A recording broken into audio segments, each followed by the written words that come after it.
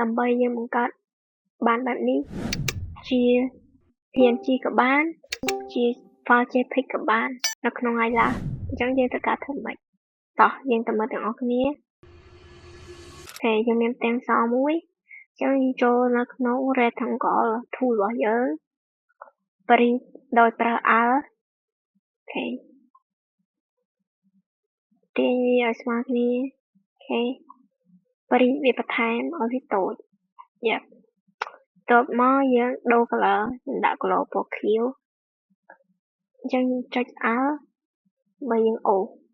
បានមកខាងក្រោមយើងមើលស្មើគ្នាមកហើយយើងចុច Alt បរិច zoom វាអញ្ចឹងខ្ញុំ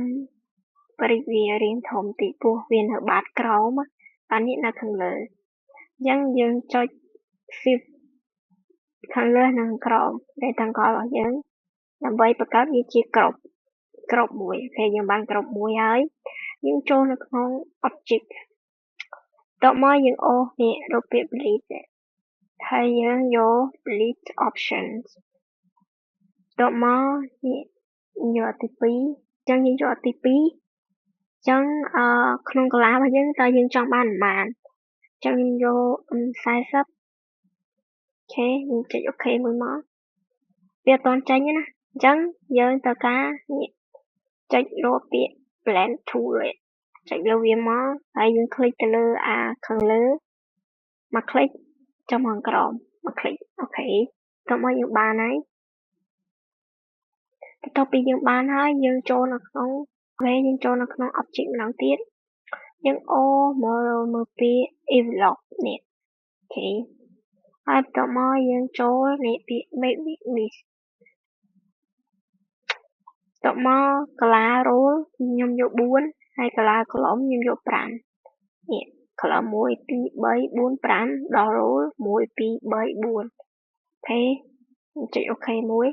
បន្ទាប់ពីបានប៉ុណ្ណឹងហើយយើងមក select នៅកន្លែង direct selection tool បរិវាបន្តិចមកចុចលើវាអូវាចុះក្រោមចុចលើវាមកវាចុះក្រោមលើបន្តិចមកដល់យើងត្រូវការធ្វើកាឡាទឹកលោកអញ្ចឹងយើងគួរធ្វើម៉េចនៅពេលដែលយើងអូសឡើងលើអញ្ចឹងអានឹងវាដូចដំបូងអញ្ចឹងវាឡើងលើដល់ពេលយើងចុះក្រោមន័យថាវាខួងចុះក្រោមវិញអញ្ចឹងខ្ញុំដាក់ឡើងលើឡើងលើ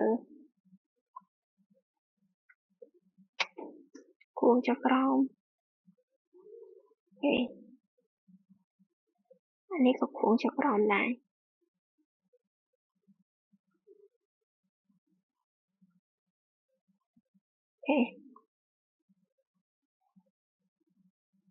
អានេះក៏ឡើងលើដែរ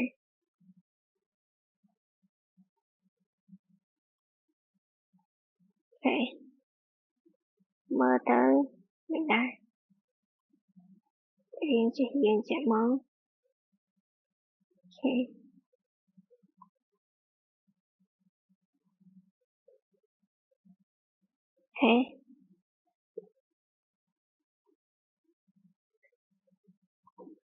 តើបងយើងបានប៉ុណ្ណេះ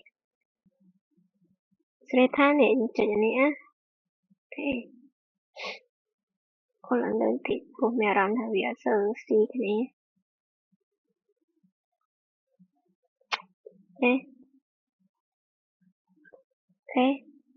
តាមបានសម្រាប់ខ្ញុំអញ្ចឹងយើងបានប៉ុណ្ណេះហើយអញ្ចឹងយើងចង់ save វាជា PNG ក៏បានដើម្បីយកទៅកាត់តនៅក្នុង Photoshop ក៏បានក៏យើងចង់យកធ្វើអីក៏បានដែរនៅពេលយើងចេះរបៀបធ្វើបែបនេះ